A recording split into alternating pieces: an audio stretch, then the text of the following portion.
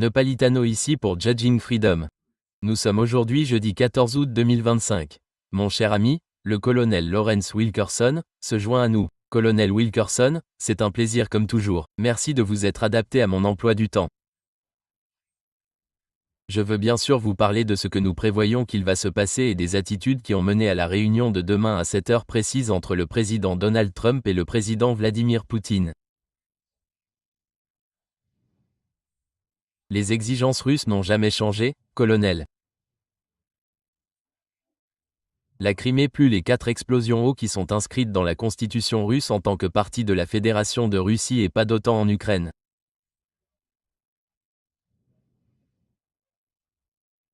Mais si vous écoutez les dirigeants européens, ils disent que l'Ukraine ne cédera aucune terre et qu'elle a le droit de rejoindre l'OTAN si elle le souhaite. Et le président Trump aurait déclaré qu'il était d'accord avec les dirigeants européens, ou du moins c'est l'impression qu'il a donnée lorsqu'il leur a parlé au téléphone lors d'un appel téléphonique privé non public l'autre jour. Où allons-nous, colonel? Une des choses dont j'ai entendu peu de gens parler, à part peut-être mon bon ami Doug McGregor, c'est ce qui se passe sur le champ de bataille. Et je suis sûr que Poutine en est parfaitement conscient et qu'il en est informé presque toutes les heures. L'armée ukrainienne est sur le point d'être complètement détruite. Les poches alentours ont été scellées. C'est leur principale plaque tournante logistique.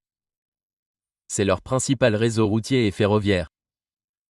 C'est là que près de 60 à 70% de ce qu'il leur reste leur parvient. Et tout est sur le point de s'effondrer complètement, puis la route vers Odessa est grande ouverte. Donc, nous allons être présentés. Si Zelensky est toujours à Berlin, juge, je me demande s'il va pouvoir rentrer chez lui. Waouh!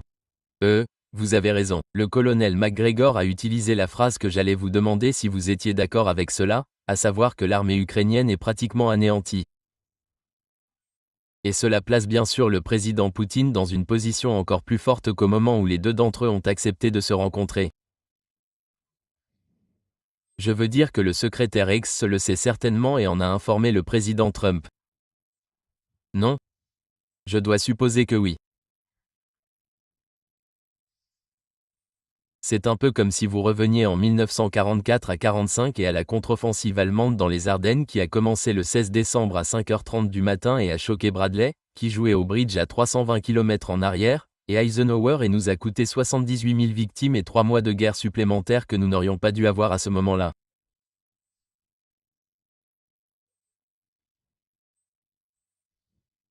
Ce que les gens oublient, c'est que l'armée soviétique était à 320 km de Berlin et a changé tout le visage de l'Europe d'après-guerre. C'est ce à quoi nous assistons ici. Nous assistons à un mastodonte. Un mastodonte. Et il va écraser le reste de l'Ukraine et tout mettre en péril. Et Poutine, en termes de résultats militaires stratégiques, a une pression énorme à exercer sur les personnes qui viennent à cette réunion et je suis sûr qu'il le sait. La réunion en Alaska est-elle donc une réalité ou juste un spectacle secondaire? Cela pourrait être l'un ou l'autre, cela dépend de Trump. Je ne pense pas que cela dépende de Poutine, de Lavrov et des autres membres de son équipe. Tous sont très bien équipés pour faire ce que Poutine veut faire si les possibilités sont ouvertes pour le faire. La question est Trump. Je vais vous faire passer un extrait de lui d'il y a 3 jours que je trouve un peu mystérieux parce que je ne sais pas de quoi il parle. Mais avant même d'aborder le mystère, écoutons ensemble. Nous sommes le 11 août, il y a 3 jours. Chris numéro 13. La prochaine réunion aura lieu avec Zelensky et Poutine ou Zelensky et Poutine et moi. Je serai là s'ils en ont besoin. Mais je veux organiser une réunion entre les deux dirigeants.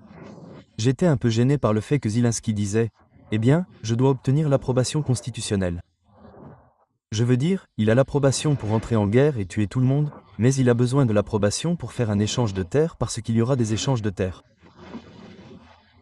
Je sais que par l'intermédiaire de la Russie et par le biais de conversations avec tout le monde, c'est pour le bien de l'Ukraine. De bonnes choses, pas de mauvaises. Il y a aussi des mauvaises choses pour les deux. Il y a du bon et du mauvais. Mais c'est très complexe parce que les lignes sont très inégales. Et il y aura des échanges.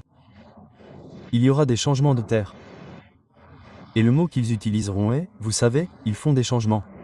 Nous allons changer les lignes de bataille. La Russie a occupé une grande partie de l'Ukraine. Ils ont occupé un territoire de très grande valeur. Nous allons essayer de récupérer une partie de ce territoire pour l'Ukraine. De quoi parle-t-il? Il va essayer de récupérer ce territoire à l'Ukraine. Cela est totalement contredit par la réalité du champ de bataille. Numéro 1. Numéro 2, quoi? Échange de terres. Un échange implique un accord bilatéral. La Russie va céder des terres à l'Ukraine. De quoi parle le président? Vous le savez? Je ne pense pas qu'il sache de quoi il parle. Si les agents immobiliers qui l'entourent, comme Witt, lui ont dit certaines choses, alors il va se désabusé de ces choses, à moins qu'il ne parle de minuscules parcelles dont nous n'avons même pas connaissance pour le moment. J'ai écouté Zelensky dire qu'il devrait être président, que parler de l'Ukraine avec seulement la Russie et le président des États-Unis et pas l'Ukraine était tout simplement absurde. J'ai une nouvelle pour lui, une grande nouvelle pour lui. Tout au long de 5000 ans d'histoire humaine, les puissances puissantes ont parlé des petites puissances sans que les petites puissances soient présentes. Et c'est exactement ce qui va se passer ici, monsieur Zelensky. Et vous aurez de la chance si, à la fin de ces pourparlers et de cette offensive qui culmine en ce moment sur votre territoire, dans un terrain clé, vous avez ne serait-ce qu'un pays où retourner, ou si vous y retournez, un pays vous accepte comme son dirigeant. Voilà en train de parler de ce sujet au colonel Wilkerson.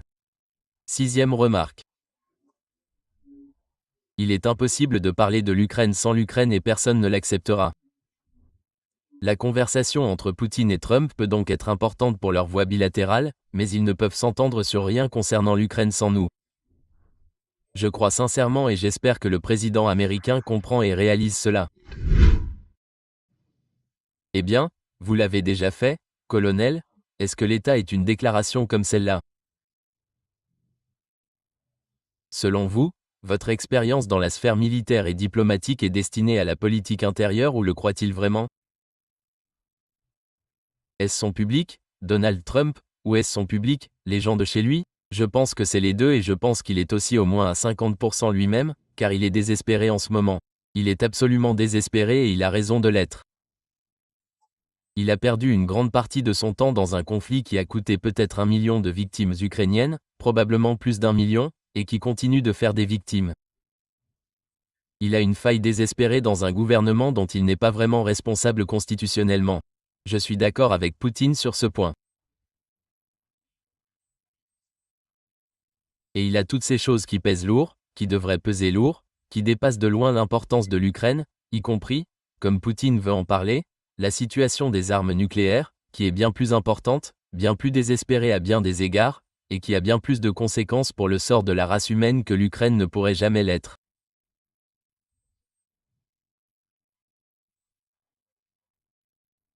Il est donc confronté à un catalogue d'éléments mobilisés, si vous voulez, qui éclipse l'Ukraine d'un bout à l'autre du pays.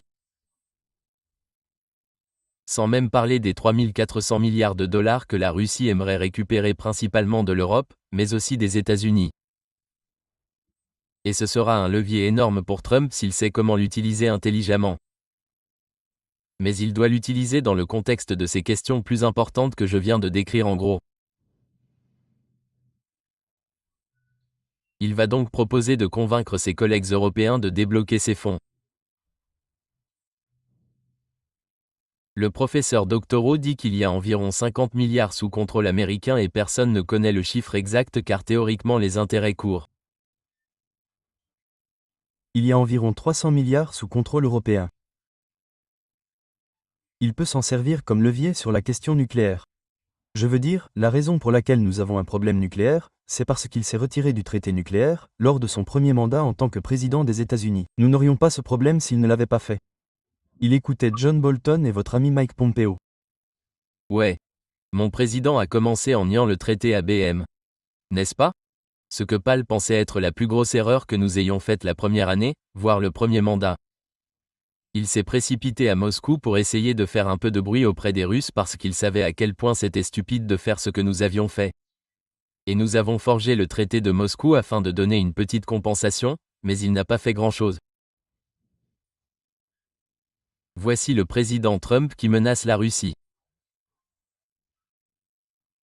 Je veux savoir si c'est pour la politique intérieure américaine ou pour les oreilles de Vladimir Poutine. Chris, coupez le numéro 4. La Russie subira-t-elle des conséquences si Vladimir Poutine n'accepte pas d'arrêter la guerre après votre réunion de vendredi? Oui, elle en subira. Oui, quelles seront les conséquences? Il y aura des sanctions, des droits de douane. Il y aura, je n'ai pas besoin de dire, des conséquences très graves. Des conséquences très graves. Comment le Kremlin envisage-t-il cela? Intérieur, politique, ou ne nous menace pas? Je pense que c'est ce qu'ils attendent et ce qu'ils espèrent. Je pense qu'ils gardent un peu d'inquiétude là-bas parce qu'ils ont déjà eu affaire à cet homme et ils savent à quel point il est trompeur. Ils savent à quel point il est matériel. Ils savent à quel point il est creux et ils savent à quel point il comprend peu la situation stratégique dans laquelle il est impliqué. Peut-on en dire autant du secrétaire d'État Rubio, surtout si on le compare à son homologue, qui est probablement le diplomate international le plus expérimenté et le plus compétent de la planète? C'est comme si Socrate rencontrait Bozo le clown. Waouh! Waouh! Eh bien, je ne sais pas qui sera avec le président Trump. J'imagine que ce sera le secrétaire Rubio, le secrétaire X et probablement M. Witkoff, mais je ne sais pas.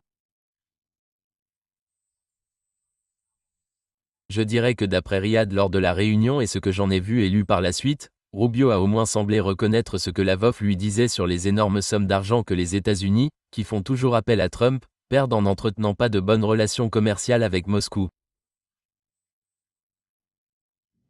D'accord. D'accord.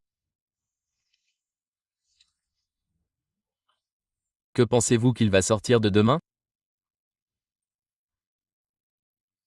J'espère que ce que Trump a suggéré, ce sont des réunions ultérieures où ils auront effectivement des équipes qui travailleront sur les détails de certaines des questions les plus importantes comme les traités sur les armes nucléaires, comme le renouvellement du traité, comme l'intégration de Xi Jinping dans le régime qui en résultera. J'espère que c'est ce qui en résultera. Et j'espère que nous pourrons aborder la question de l'Ukraine, aussi triste soit-elle, pour ces courageux Ukrainiens qui sont morts en essayant de défendre ce qu'ils pensaient être leurs droits et leur pays, eux, dans des circonstances créées presque exclusivement par l'Occident, en particulier Washington et Londres. J'espère que nous aborderons les questions plus importantes, car l'Ukraine ne vaut pas le monde. J'ai été à la télévision russe cette semaine et j'y serai peu de temps après que vous et moi aurons terminé. Et il ne fait aucun doute dans mon esprit que les personnes qui m'interviewent, qu'elles représentent le point de vue du public russe, ou le point de vue des élites russes dont elles sont membres, ou le point de vue du Kremlin, je ne sais pas lequel, mais elles semblent toutes être en faveur d'une grande réinitialisation. Pour eux, ils pensent comme Lawrence Wilkerson. L'Ukraine est une question secondaire.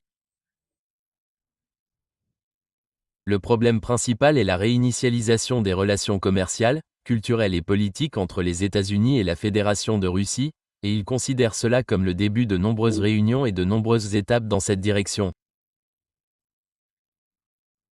Êtes-vous d'accord? Je suis d'accord et je pense qu'ils sont quelque peu mal à l'aise avec la position très étroite dans laquelle ils ont été contraints d'évoluer avec la Chine. Si vous connaissez un peu l'histoire, en particulier l'histoire récente de l'Union soviétique, de la Russie et de la Chine, vous savez à quel point cela a été compliqué et difficile. Tout, depuis, vous savez, le discours secret de Khrushchev, par exemple, dont Nixon a profité en se rendant à Pékin. Ils ne veulent pas avoir de bonnes relations avec la Chine. Cela ne fait aucun doute, mais ils ne veulent pas être aussi proches et je ne pense pas que l'Inde veuille être aussi proche de la Chine. Mais l'Inde a maintenant été contrainte de se rapprocher de la Chine. Je pense que ce serait une bonne chose pour le monde si les trois puissances étaient à égale distance les unes des autres, si vous voulez. C'est-à-dire ni trop proches ni trop éloignées, car elles ont la prépondérance de la puissance économique mondiale. Elles vont dominer le monde économiquement. La Chine le fait déjà en tant que nation unique. Et nous devons tous coopérer, pas nous battre les uns contre les autres. Et la Russie semble l'avoir compris. Je pense que Poutine est probablement l'un des dirigeants les plus intelligents de la planète en ce moment. Le professeur Mearsheimer, qui sera présent cet après-midi, a soutenu que la lune de miel de Trump était terminée. Sa politique étrangère a été un désastre. Il n'a tenu aucune de ses promesses. Et l'État profond, qui travaille théoriquement pour lui, est impatient avec lui. Êtes-vous d'accord, colonel? Toutes ces observations sont bonnes. Elles sont très superficielles, si vous voyez ce que je veux dire. Elles sont réalistes. Très réalistes. 2. L'animosité. Que vont-ils faire? J'ai raté ça. Je suis préoccupé. Je suis préoccupé par l'animosité potentielle de l'État profond si Trump conclut un accord avec Poutine qui ne soit pas conforme à l'idéologie haineux accent aigu aux conservatrices qui vise à le chasser du pouvoir. En gros, que va-t-il faire? Répudier tout le fondement des 265 milliards que nous avons dépensés pour la guerre en Ukraine, le rêve néoconservateur de chasser Vladimir Poutine du pouvoir. La réalité, c'est que c'est un échec lamentable et que l'État profond va se contenter de se laisser faire. Si vous voulez voir un exemple, regardez Friedrich Merz. Je ne pense pas qu'il y ait de meilleur exemple de l'État profond qui est passé au régime de pouvoir régulier, si vous voulez, que Merz. Regardez ce qui lui arrive, regardez comment il gère la situation, regardez en effet comment il gère les conséquences de ce qui pourrait se passer en Alaska. Et vous allez voir au moins un exemple de la façon dont l'État profond est soit en train de chanceler, soit en train de compenser. Eh bien, l'AfD est plus populaire que le parti du chancelier Merz en Allemagne. Nous le savons. Et sa popularité continue de croître. Et ce n'est pas forcément quelque chose dont il faut se réjouir. Non, non, non. Je veux dire, cela va soulever d'autres questions dont nous pourrons discuter à un autre moment.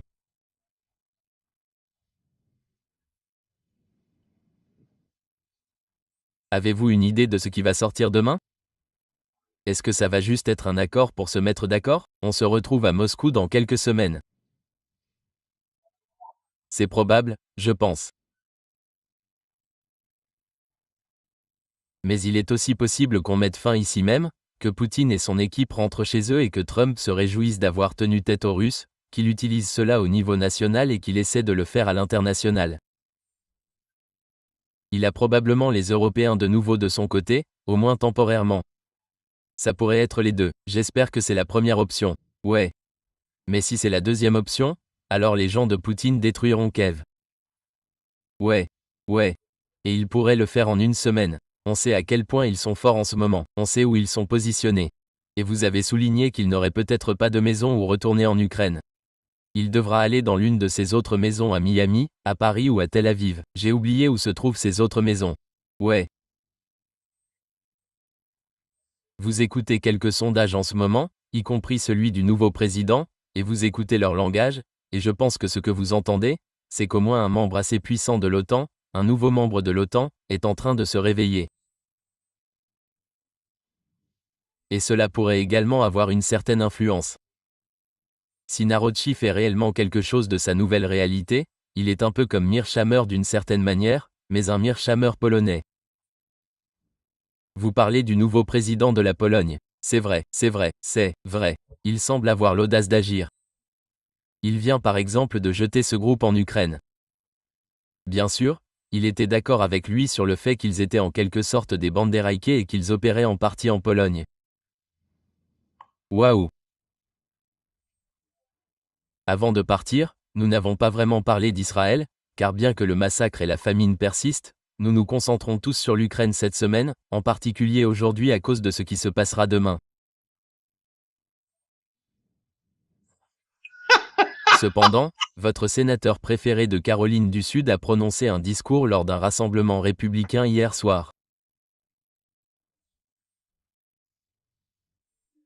Votre producteur préféré, Chris Leonard, a trouvé un discours juste pour vous.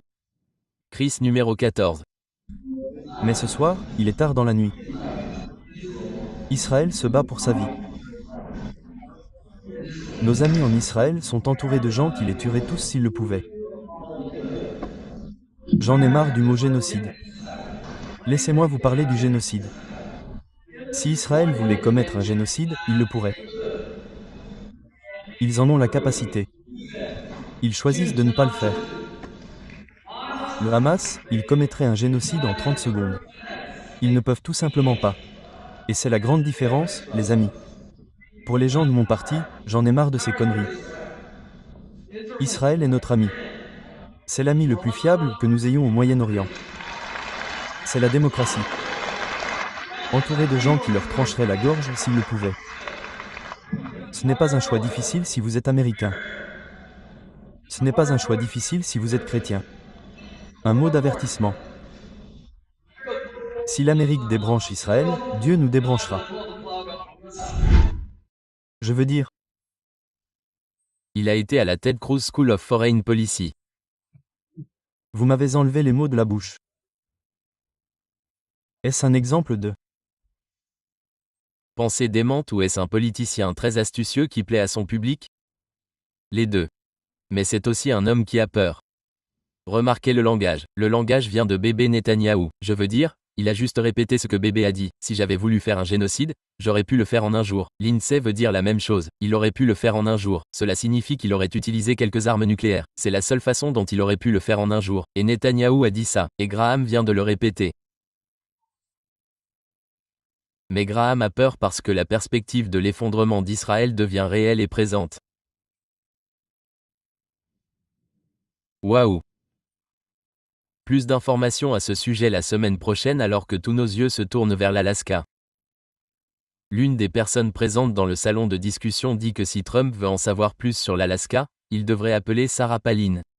Je n'ai pas pu m'empêcher de rire lorsqu'elle a dit qu'elle comprenait la politique étrangère américaine, car depuis certains endroits en Alaska, on peut voir la Russie, alors que la plupart des Américains n'ont jamais vu la Russie. Elle en savait donc plus sur la Russie que la plupart des Américains. Eh bien, il nous manque aussi quelque chose. Je compatis avec certains de mes amis qui vivent près de Juneau. Le Ménal est vraiment inondé. Je ne pense pas qu'il y ait eu de véritables catastrophes humaines, de morts ou de destruction, mais les inondations là-haut sont considérables. Et c'est juste parce que c'est là que ça se passe qu'il n'y a pas de dégâts majeurs.